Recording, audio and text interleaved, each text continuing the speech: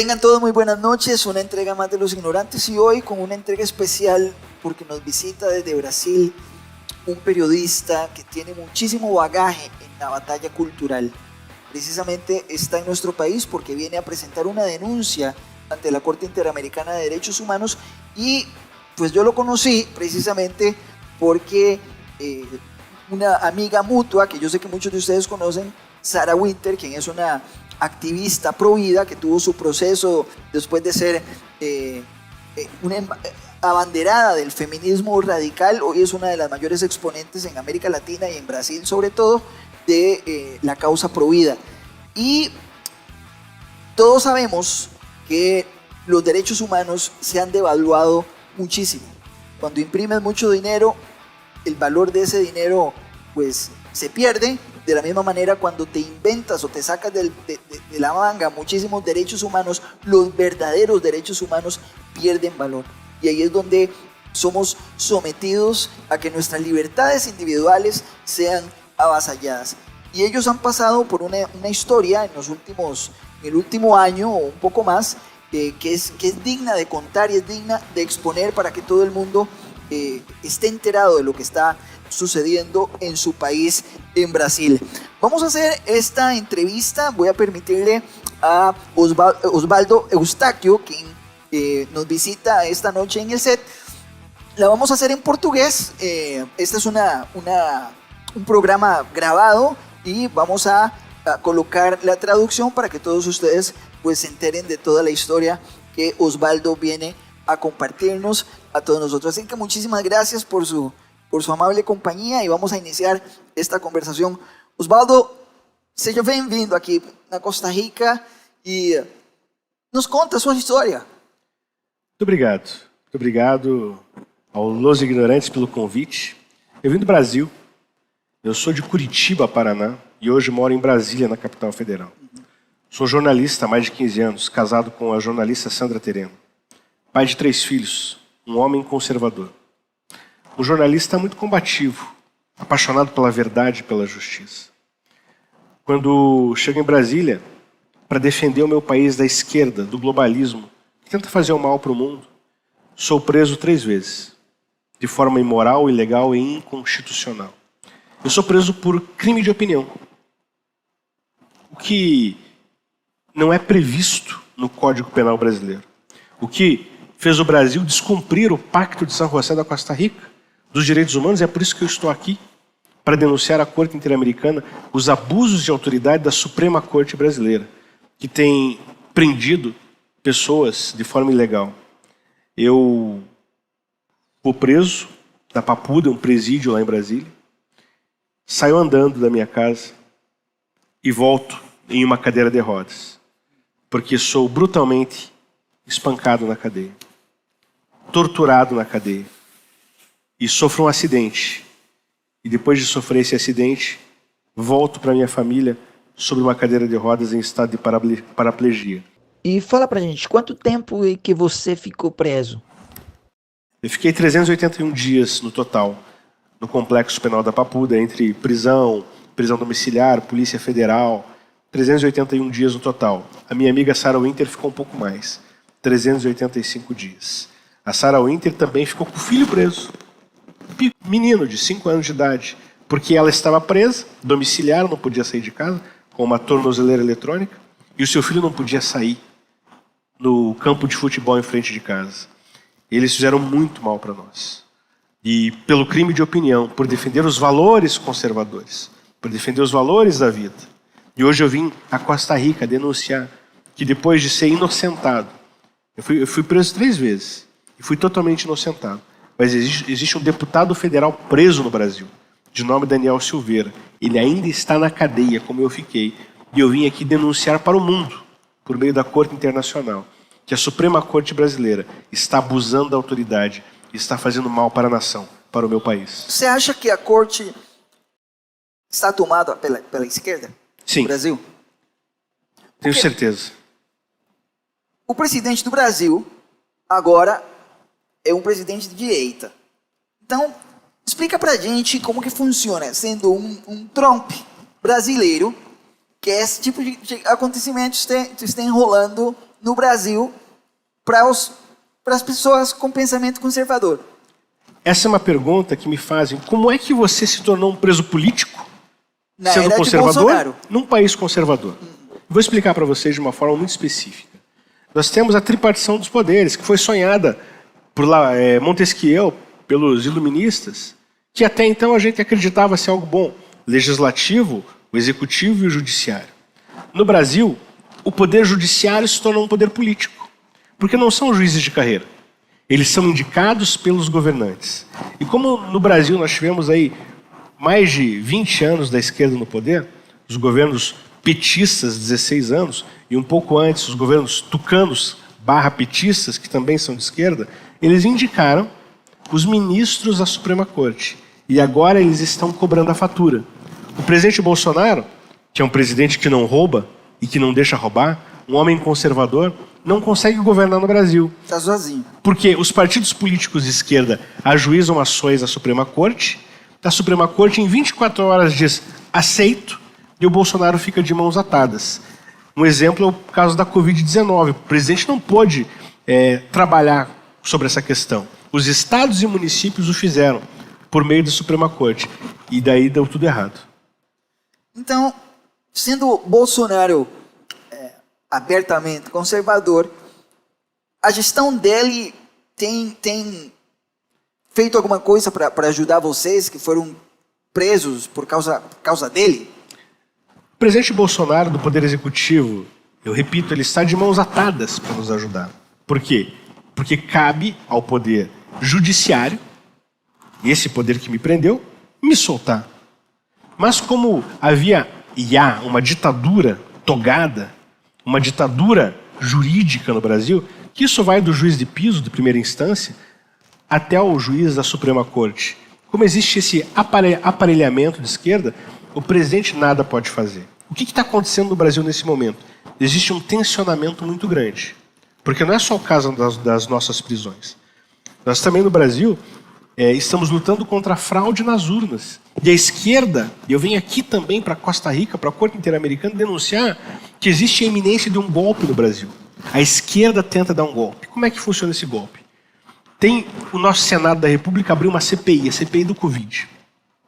Essa CPI é presidida por um homem que tem casos de denúncia de pedofilia.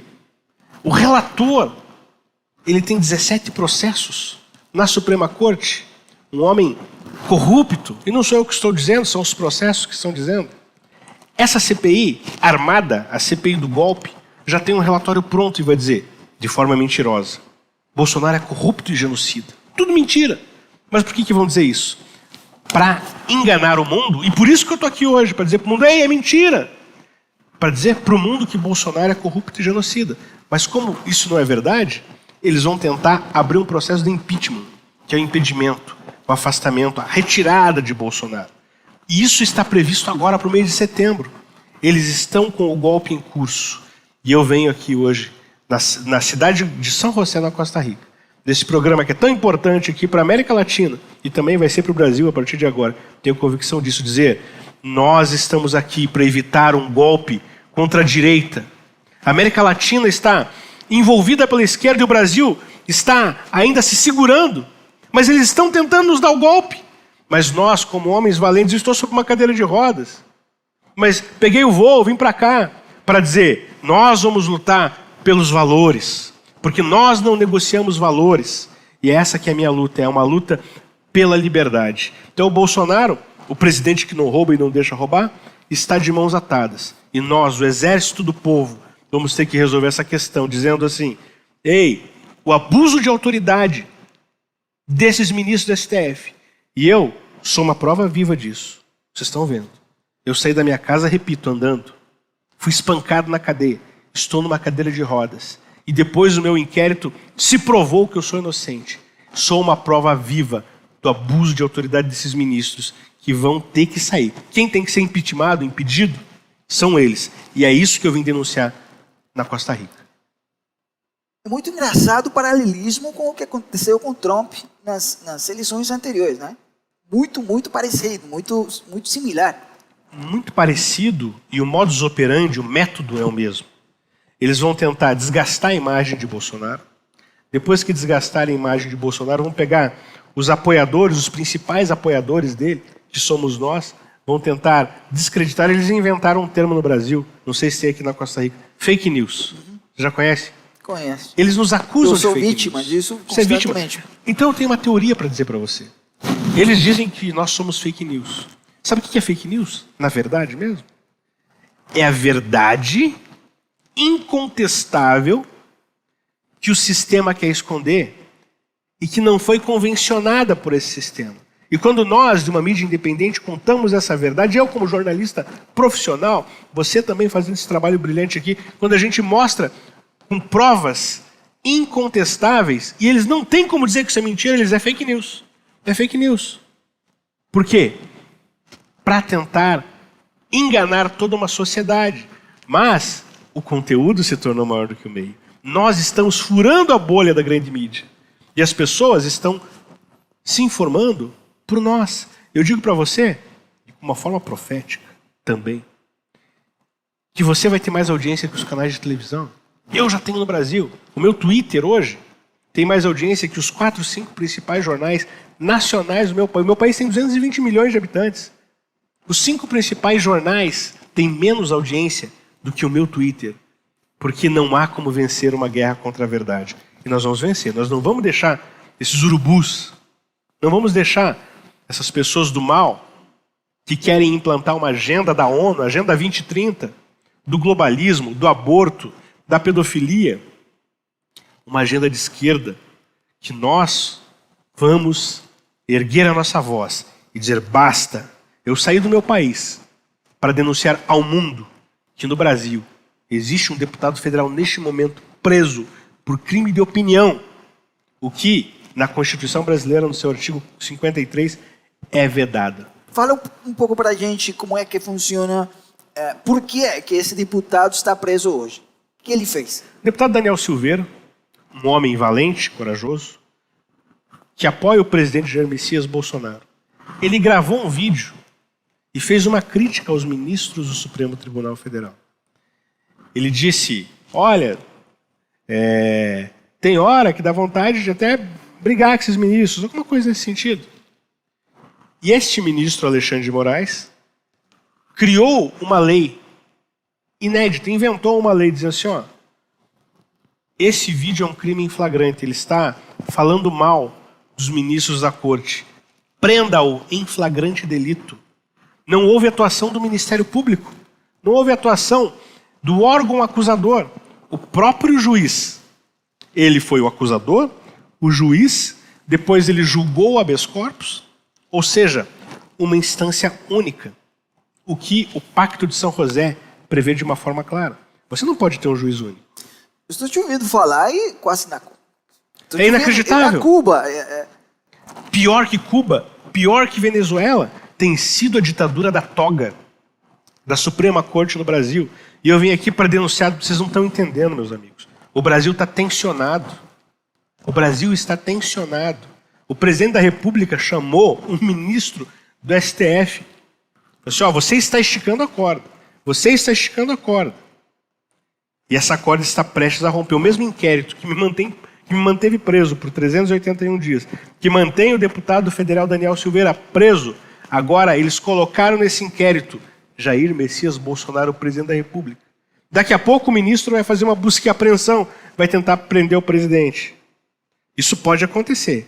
Mas se isso acontecer, se isso vier a acontecer, o presidente da República está preparado. Por quê? Como? Porque no Brasil, nós temos, na nossa Constituição, 2 formas legais de resolver essa situação. Primeiro, é por meio do impeachment contra esses ministros. E é isso que eu vim fazer na Corte. Eu pedi uma medida cautelar para falar, só uma prova viva de um abuso de autoridade. Emita para o Brasil uma recomendação para indiciar esses ministros. E também no Senado da República, que é o local, o foro adequado para isso. Eu, no meu nome, como jornalista, protocolei um pedido de impeachment contra o ministro Alexandre de Moraes, para que ele seja afastado, porque hoje ele oferece um risco à democracia, não só do Brasil, mas da América Latina. Segunda situação, no Brasil tem um artigo previsto na Constituição, que é o artigo 142, que, segundo o grande jurista Ives Gandra, é o poder moderador. Quando há um desequilíbrio dos poderes, e esse desequilíbrio já acontece, porque a Suprema Corte brasileira ela está fazendo o que o Legislativo devia fazer e fazendo o que o Executivo devia fazer, abusando da autoridade, fazendo mal. Diante desse desequilíbrio, as Forças Armadas brasileiras podem, no cano do fuzil, exercer o poder moderador. E essa é uma expectativa hoje de milhões de brasileiros. Por isso que eu digo, a corda está esticando no Brasil. Talvez você tenha um furo de reportagem. Para o mundo, o Brasil está por um fio. A governabilidade do Brasil está por um fio, porque os ministros do STF, da Suprema Corte, aqueles que deveriam guardar a Constituição, rasgaram ela.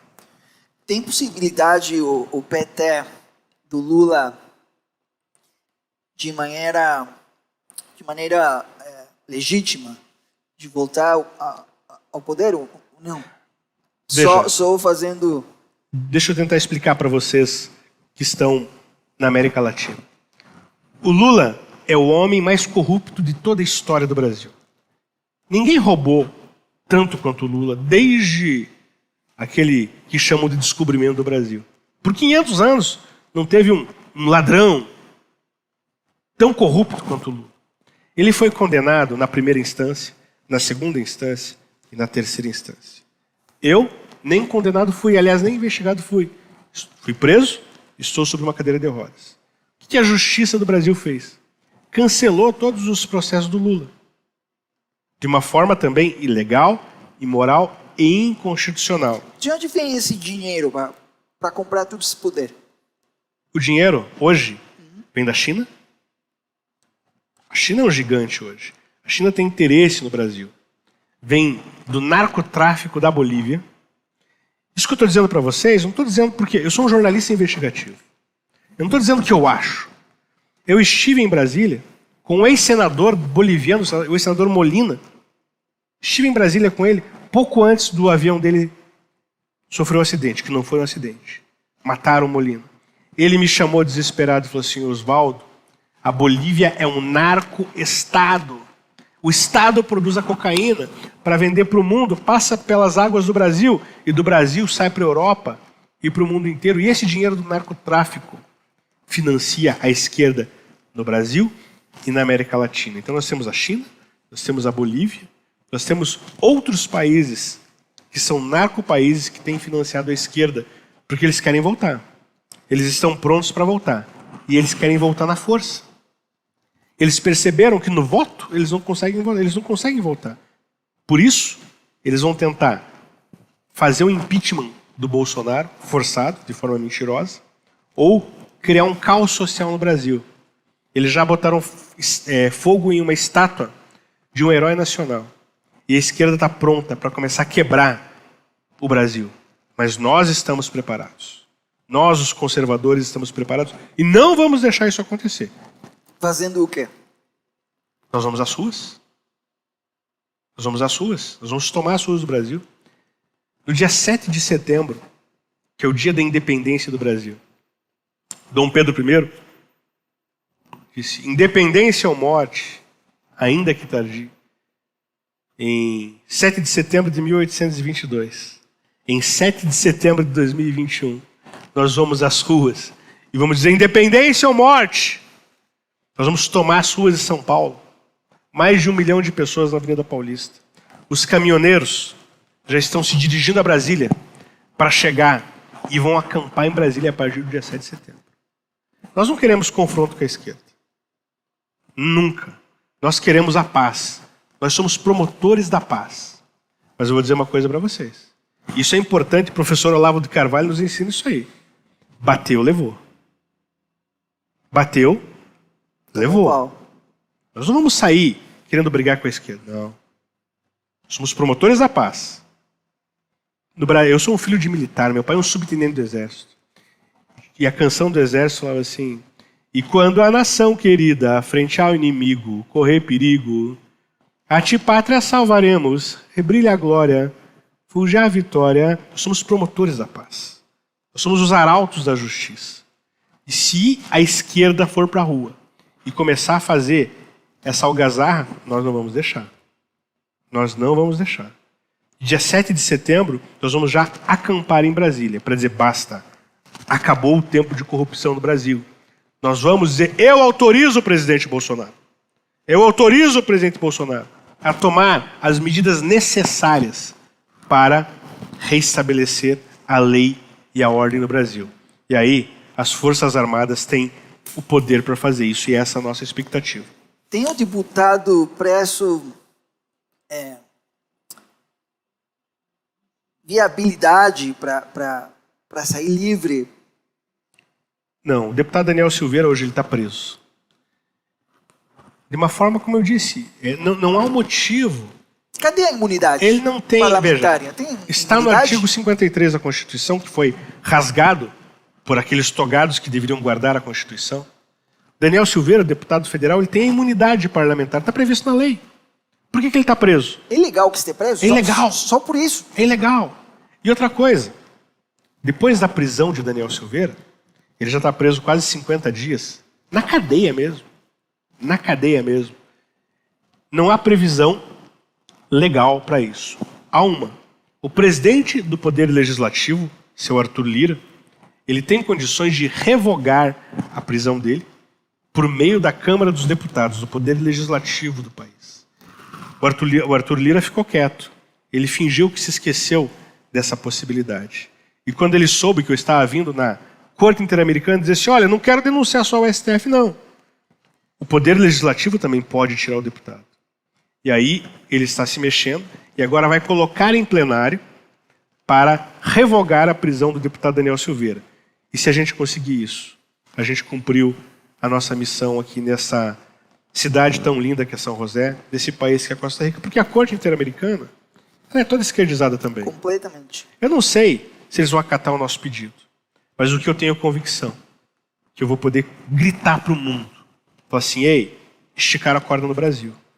Eu sou uma prova viva de abuso de autoridade da Suprema Corte. E temos um deputado preso com imunidade parlamentar por crime de opinião. Certamente o mundo saberá disso depois da minha vinda para cá. Oswaldo, essa aqui é a sua casa e tomara que tudo esse rolo pode se esclarecer o antes possível. Eu acho difícil que sendo a Corte Interamericana de Direitos Humanos aqui na Costa Rica esteja tomada completamente pela esquerda, mas a batalha tem que continuar. Mas tem algo importante aí, muito importante. Eu me tornei um símbolo de liberdade para o meu país e agora para o mundo. Se a Corte Interamericana nada fizer, acabou a legitimidade que eles tinham para fazer pelos esquerdistas, como fazem há tanto tempo. Se eles entenderem que minha prisão é correta, eles vão ter que prender muito jornalista de esquerda. Então, a minha vinda para cá também é para dar um checkmate na própria Corte Interamericana e para dizer para o mundo, se vale para ele, vale para mim. Se eu fiquei preso, ele tem que ficar. Se ele está em liberdade, eu tenho que ficar em liberdade. Então a Corte Interamericana, com a minha presença assusta na Corte Interamericana. Porque eles vão ver um homem, um pai de família, um jornalista, e eles que dizem defender tanto a liberdade de expressão. Não só preso, mas censurado. Fiquei 381 dias censurado. Ainda hoje, já sem estar preso, porque minha liberdade foi decretada, ainda estou com os meus aparelhos telefônicos apreendidos pela Polícia Federal. Os equipamentos telefônicos dos meus filhos foram apreendidos. Na minha terceira prisão, meu filho de 8 anos, o Bernardo, ele olhou para o policial federal que ia me prender, ele falou assim, você não vai prender o meu pai. Sentou no meu colo aqui. O meu outro filho de 6 anos, Oswaldo André, apontou para ele não se abraçou na minha perna. Ninguém vai levar meu pai. Foi uma cena difícil. No aniversário da minha esposa, Sandra Terena, dia 18 de dezembro de 2020. Eu peguei o Bernardo, coloquei ele de frente para mim e falei assim, filho, preciso que você cuide da mamãe para mim. papai vai precisar ir, mas o papai vai voltar. Cuida da mamãe para mim. E na cabecinha deles, eles falam assim: pai, a nossa família foi levantada para proteger o Brasil, para proteger o presidente da República, e nós faremos isso. E ele cumpriu a promessa. Cuidou da mãe dele, cuidou do irmão dele, e quando eu voltei, ele falou assim: papai, a missão foi cumprida. E quando eu vejo isso, eu percebo que nós estamos deixando um legado para essa sociedade. Os nossos filhos, os teus filhos, só vão ouvir falar de corrupção pelos livros de história. Existe um gap. Um gap é um espaço. Um espaço. Que só agora nós temos condições de varrer o comunismo do mundo. Esse é o momento de nós sepultarmos o comunismo que matou mais de 100 milhões de pessoas na história da humanidade. É a minha geração e a tua geração que vai mudar isso. E por isso eu preciso tanto de vocês que estão nos assistindo. Eu preciso tanto que vocês deem voz para programas como esse, que é uma mídia independente que traz a verdade. E essa verdade que liberta. É necessário que essa verdade seja levada até os confins da terra. E esse é meu objetivo hoje aqui. A minha vinda a Costa Rica, ela é a sede de uma corte interamericana. Podia ser em outro lugar. Tem também a Comissão Interamericana lá em Washington, da OEA, a sede. Mas Deus quis, preparou a minha vinda junto com a Rosângela Peçanha, uma ativista do Rio de Janeiro, com a minha querida esposa Sandra Terena. Passamos tantas dificuldades para vir aqui. Não foi fácil para chegar aqui. Foi muito difícil para chegar aqui. Mas nós viemos para gritar para o mundo: acabou o tempo de corrupção. Chega da esquerda no mundo. E a nossa geração vai mudar essa história. Eu tenho convicção disso. Palabras que verdaderamente llegan al alma, tocan el corazón. Es imposible no sentirnos de alguna manera sensibilizados por este testimonio de Osvaldo, de su familia, de sus hijos, en sus regazos, tratando de impedir que fuera llevado a la cárcel. Eso no se lo quita nadie a los hijos. Ellos van a crecer con esa imagen, mientras la corrupción institucionalizada, el Estado narco, que ya no solamente en Brasil, ya nosotros somos víctimas aquí en Costa Rica y la mayoría de los países de Latinoamérica por esta nefasta izquierda que está generando políticamente tantísima inestabilidad. No es de gratis. No es de gratis esta pandemia que estamos viviendo, en donde el día a día de todos los ciudadanos, sus libertades, absolutamente todo está siendo avasallado. Y como decía Osvaldo, este tipo de medios es lo único que tenemos en este momento.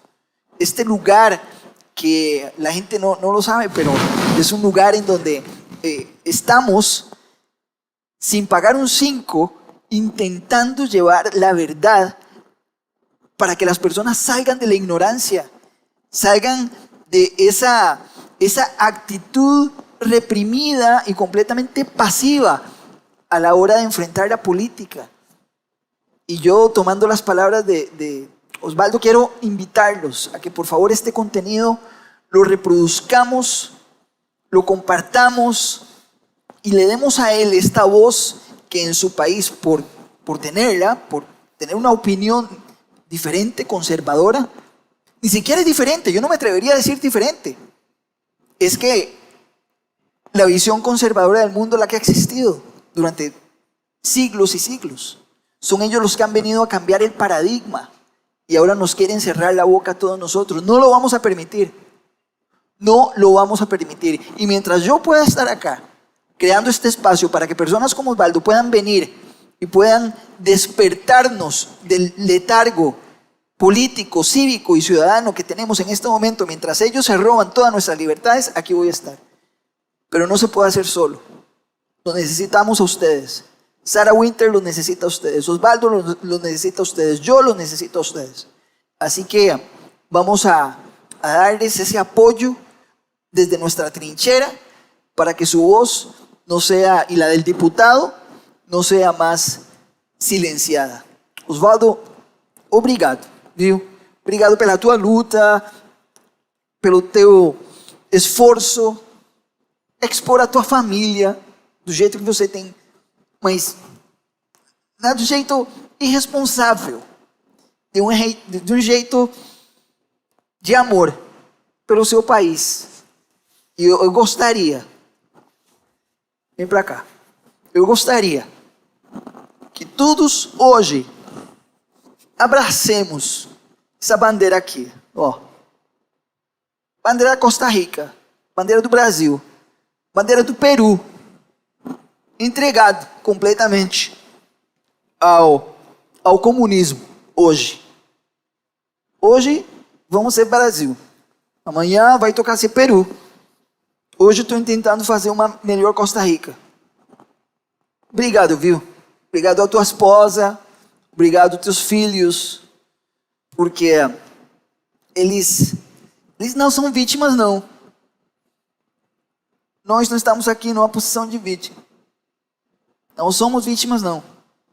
Nós sabemos o que vale o país. Nós sabemos o que valem os valores da família, da vida, da responsabilidade. Nós sabemos. E ninguém é conservador até que fica sem nada o que conservar. E os nossos países da América Latina estão ao ponto de ficar sem nada para conservar. Aí, todo mundo vai ser conservador. Quisera que a gente não chegue a isso. Tá bom? Obrigado. Obrigado a todos vocês, todo o povo do Brasil que você está trazendo para assistir ao nosso programa. E essa aqui é a sua casa. Muito obrigado, que Deus abençoe você. E para concluir, eu lembro que a liberdade é mais importante que a própria vida. Temos o exemplo dos cubanos aqui pertinho, que arriscam a sua vida atravessando o Mar do Caribe para chegar nos Estados Unidos, e eles podem morrer. Mas eles sabem que se eles morrerem ali, eles estão mostrando para o mundo que a liberdade é mais importante do que a própria vida. Liberdade para o Brasil, liberdade para Costa Rica, liberdade para a América Latina e liberdade para o mundo. Obrigado pela oportunidade. Certamente os ignorantes ficarão muito conhecidos no Brasil depois dessa entrevista, que vai rodar o Brasil e o mundo, porque a minha denúncia é para o mundo. Hoje eu venho denunciar ao mundo que no Brasil a Suprema Corte Brasileira me deixou assim, sem dever nada. E existe um deputado preso que logo depois dessa entrevista, você pode ter certeza absoluta, ele vai sair da cadeia, porque não há como vencer uma guerra contra a verdade. Muito obrigado. A consigna, sair da ignorância. Não mais ignorância. Tá bom? Muchísimas gracias a todos. Nuestra consigna permanece salir de la ignorancia y poder restablecer la libertad que todos anhelamos en nuestro corazón, en nuestra alma, para nuestras familias. Nos vemos la próxima vez. Un abrazo grande. Somos los ignorantes. Chao, chao.